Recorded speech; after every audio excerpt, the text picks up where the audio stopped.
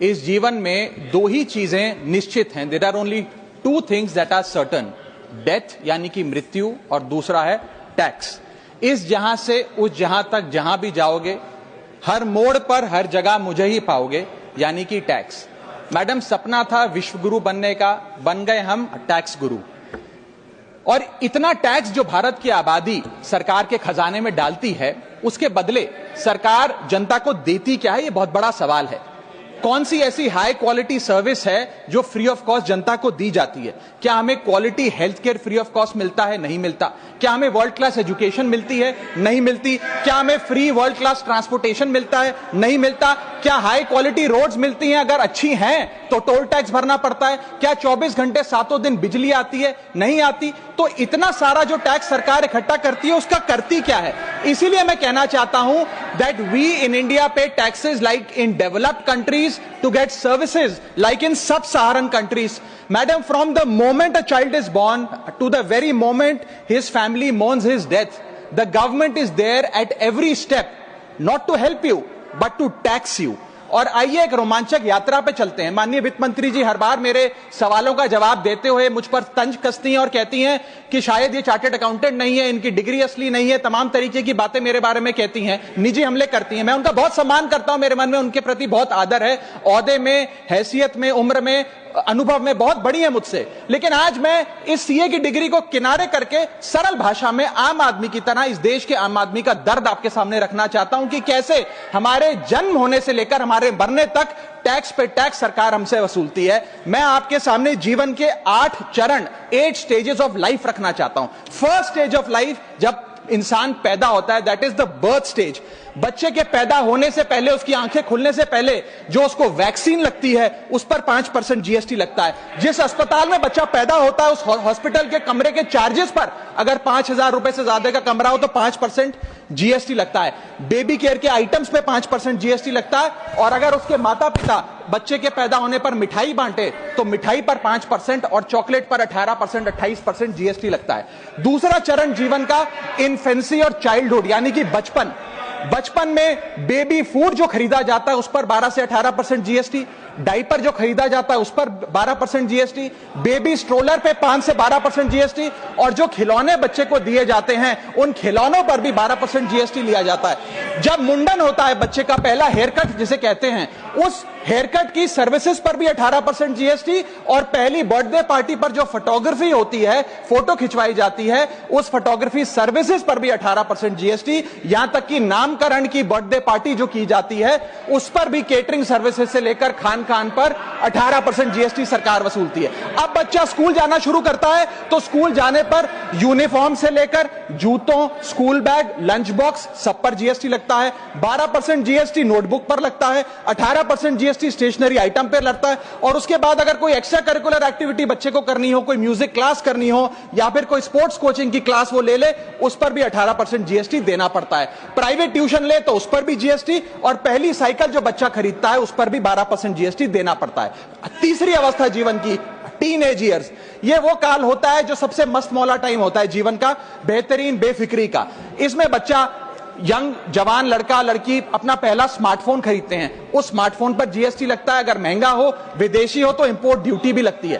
फिर वो अपना फोन रिचार्ज कराता है, उस पर जीएसटी लगते हैं। ब्रॉडबैंड इंटरनेट का कनेक्शन लेता है, उस पर जीएसटी लगता है। नेटफ्लिक्स, स्पॉटिफाई या वीडियो गेम की सब्सक्रिप्शन लेता है, उस पर भी जीएसटी देना पड़ता है। और अगर अपने दोस्तों के साथ पिक्चर देखने बाहर जाए तो पिक्चर की टिकट पर जीएसटी, एंटरटेनमेंट टैक्स और पॉपकॉर्न पर भी जीएसटी अब लगने लग गया है। तो तमाम तरीके के सॉल्टेड कैरेमल पॉपकॉर्न पर भी सरकार आपसे जीएसटी वसूलती है। इस बीच जब आप 18 साल के होते हैं और पहली बाइक या पहला स्कूटर खरीदते हैं, उस बाइक और स्कूटर पर आपसे जीएसटी लिया जाता है, व्हीकल इंश्योरेंस पर जीएसटी लिया जाता है, और उसके बाद रजिस्ट्रेशन टैक्स और रोड टैक्स के नाम पर भी पैसा लिया जाता है। जीवन की चौथी अवस्था, fourth stage of life, higher education की। इस हायर एजुकेशन की अवस्था में आप यदि प्राइवेट कॉलेज में पढ़ रहे हैं तो प्राइवेट कॉलेज की ट्यूशन फी पर जीएसटी लगता है। हॉस्टल में रह रहे हैं या पीजी का रेंट भर रहे हैं तो उस पर जीएसटी लगता है। स्टूडेंट लोन की प्रोसेसिंग फी पर जीएसटी लगता है। किताबों से लेकर लैपटॉप तक जीएसटी लगता है। और अगर माता पिता संपन्न हैं और बच्चे को विदेश भेजते हैं पढ़ने के लिए तो फॉरेन रेमिटेंस पर टैक्स कलेक्टेड एट सोर्स सरकार लागू करती है। अब आते हैं पांचवी अवस्था पे, जब वो अपना करियर शुरू करता है। ये वो एज है जिसे मैं golden age of direct taxes कहूंगा। अब ये डायरेक्ट टैक्स के जंजाल में आदमी फंस जाता है इस उम्र में, जब उसकी पहली नौकरी लगती है। तो नौकरी में आमदनी अनुसार उसके स्लैब रेट के हिसाब से उस पर टीडीएस पहले काटा जाता है, मानो जेब काटी जा रही हो, और फिर इनकम टैक्स वसूला जाता है। जब पहली बार उसको पगार मिलती है, वेतन मिलता है, वो माता पिता या दोस्तों को बाहर खाने पे ले जाता है, पिक्चर दिखाने ले जाता है, उस खाने के बिल पर भी सरकार जीएसटी वसूलती है। और जैसे जैसे उसकी सैलरी बढ़ती है वैसे वैसे स्लैब अनुसार उससे इनकम टैक्स वसूला जाता है। इसके बाद आज वर्क फ्रॉम होम का कल्चर चल रहा है, तो वर्क फ्रॉम होम में इंटरनेट बिल्स हो, ब्रीफकेस हो, लैपटॉप हो, इन सारी चीजों की खरीद पर सरकार जीएसटी लेती है। और अगर आप ये पैसा निवेश करें, इस निवेश करने पर आप कोई भी फाइनेंशियल इंस्ट्रूमेंट खरीदें तो सिक्योरिटी ट्रांजैक्शन टैक्स के नाम पर, मैडम मेरा समय जा रहा है, कोई फाइनेंशियल इंस्ट्रूमेंट खरीदे तो फाइनेंशियल इंस्ट्रूमेंट की खरीद पर सिक्योरिटी ट्रांजैक्शन टैक्स, उसकी ब्रोकरेज पर जीएसटी और फाइनेंशियल एडवाइजरी पर जीएसटी। और जब आप ये फाइनेंशियल इंस्ट्रूमेंट बेचते हैं तो उसके मुनाफे पर सरकार आपसे कैपिटल गेन टैक्स वसूलती है। यहां तक कि हेल्थ इंश्योरेंस और लाइफ इंश्योरेंस प्रीमियम्स पर भी सरकार आपसे जीएसटी लेती है। इसी सरकार के मंत्री माननीय गडकरी जी भी सरकार से यही गुजारिश कर रहे हैं कि इंश्योरेंस प्रीमियम पे कम से कम जीएसटी हटा दिया जाए। इसके बाद इंसान अपने जीवन की छठी अवस्था में आता है, यानी कि मिडिल एज। इसमें उसकी आमदनी भी पीक पर होती है और उसका टैक्सेशन भी पीक पर होता है, अप्रेजल होता है, प्रमोशन होता है, बोनस मिलता है, और हाई टैक्स स्लैब के चलते वो अपनी कमाई का एक अधिकांश हिस्सा इनकम टैक्स में सरकार को जमा कराता है। इस दौर में इंसान गाड़ी खरीदता है, घर बनाता है। जब गाड़ी खरीदता है तो जीएसटी देता है, रोड टैक्स भरता है, व्हीकल इंश्योरेंस पर जीएसटी भरता है, और जब गाड़ी लेकर शोरूम से निकलता है तो पेट्रोल डीजल पर वैट, सेस और एक्साइज ड्यूटी के नाम पर पैसा भरता है। जब सड़क पर गाड़ी चलाता है तो टोल टैक्स भरता है। फिर वो अपना घर भी खरीदता है, जमीन खरीदता है। जब जमीन खरीदता है तो स्टैंप ड्यूटी फीस सरकार को देता है।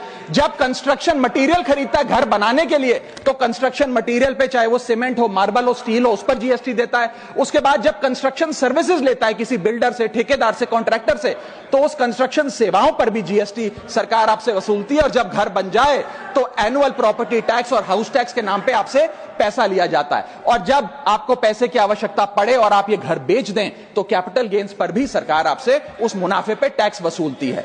और इस बीच शादी तो रह ही गई, फिर इंसान शादी करता है, इस बीच तो बैंक्वेट हॉल बुक करता है, उस बैंक्वेट हॉल की बुकिंग पे टैक्स भरता है। शामियाना, खाना, केटरिंग सर्विसेज लेता है, उस पर जीएसटी भरता है।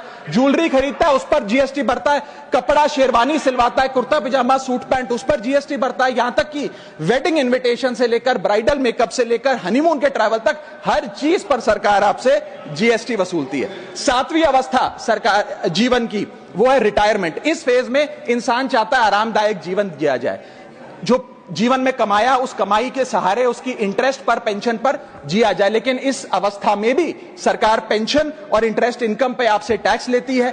बूढ़ा हो जाता है, दवाई इलाज की जरूरत पड़ती है तो हेल्थ केयर बिल पर, दवाइयों पर आपसे जीएसटी लिया जाता है। लाइफ इंश्योरेंस और हेल्थ इंश्योरेंस प्रीमियम पर तो जीएसटी लेती है। और इस दौर में वो अपनी वसीयत लिखता है, फैमिली विल। उस फैमिली विल पर जो लीगल फीस देता है, उस लीगल फीस पर भी उसे जीएसटी देना पड़ता है और स्टैंप ड्यूटी देनी पड़ती है। और आठवीं जीवन की अवस्था, यानी कि जीवन की समाप्ति, जब उसका स्वर्गवास हो जाता है, उसके जीवन का अंत हो जाता है, यहां भी सरकारें उसका साथ नहीं छोड़ती।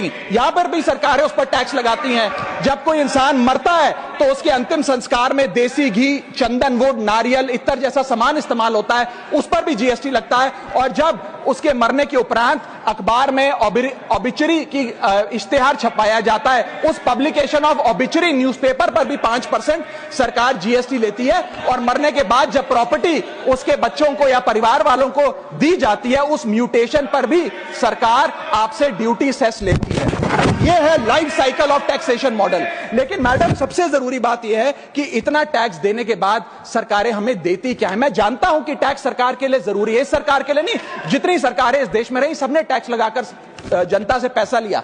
टैक्सेस वास्तव में जरूरी हैं, लेकिन सवाल यह है कि क्या ये टैक्सेस हमारी इकोनॉमी को बढ़ा रहे हैं या हमारी इकोनॉमी को खा रहे हैं? क्या इससे हमारी जिंदगी बेहतर हो रही है या हमारी जिंदगी बदतर हो रही है? इतने टैक्स लगाने की वजह से आज हमारी आमदनी घट रही है, इस वजह से खपत गिर रही है, कंजम्पशन गिर रही है, डिमांड नहीं बढ़ रही है और प्रोडक्शन गिर रही है। इस वजह से पूरा इकोनॉमिक साइकिल जो हमारा इकोनॉमी का चक्का है वो धीमा हो गया है। मैडम, इस देश में, बस समाप्त कर रहा हूं, इस देश में मैं मेरी पार्टी के टाइम से आप ले लीजिएगा, मेरी पार्टी के टाइम से ले लीजिएगा। मैडम, इस देश में 80 करोड़ जनता 5 किलो फ्री राशन के सहारे जी रही है। आपको जान के अचंभा होगा, इस 80 करोड़ जनता से भी ये सारा जीएसटी लिया जाता है, दिन प्रतिदिन लिया जाता है, जो आज मैंने पढ़ के सुनाया। सिर्फ अमीर नहीं, गरीब से गरीब आदमी भी जीएसटी देता है। और अंत में मैं बस इतना ही कहना चाहूंगा कि क्योंकि इतना टैक्स लगा लगाकर सरकारें जनता का खून चूसती हैं, उस वजह से आज एफएमसीजी की सेल्स घट रही हैं, एफएमसीजी के स्टॉक गिर रहे हैं, कंजम्पशन डाउन हो रही है, नई गाड़ियों की सेल श्रिंक कर रही है, तमाम तरीके की जितनी भी न्यू परचेजेस होती हैं उसमें मंदी देखी जा रही है। सरकार को जीएसटी कम करना चाहिए, कम करेंगे तो जनता की जेब में पैसा आएगा तो मांग बढ़ेगी, खपत बढ़ेगी और इकोनॉमी का चक्का चलेगा। आपका समय समाप्त। बहुत बहुत शुक्रिया।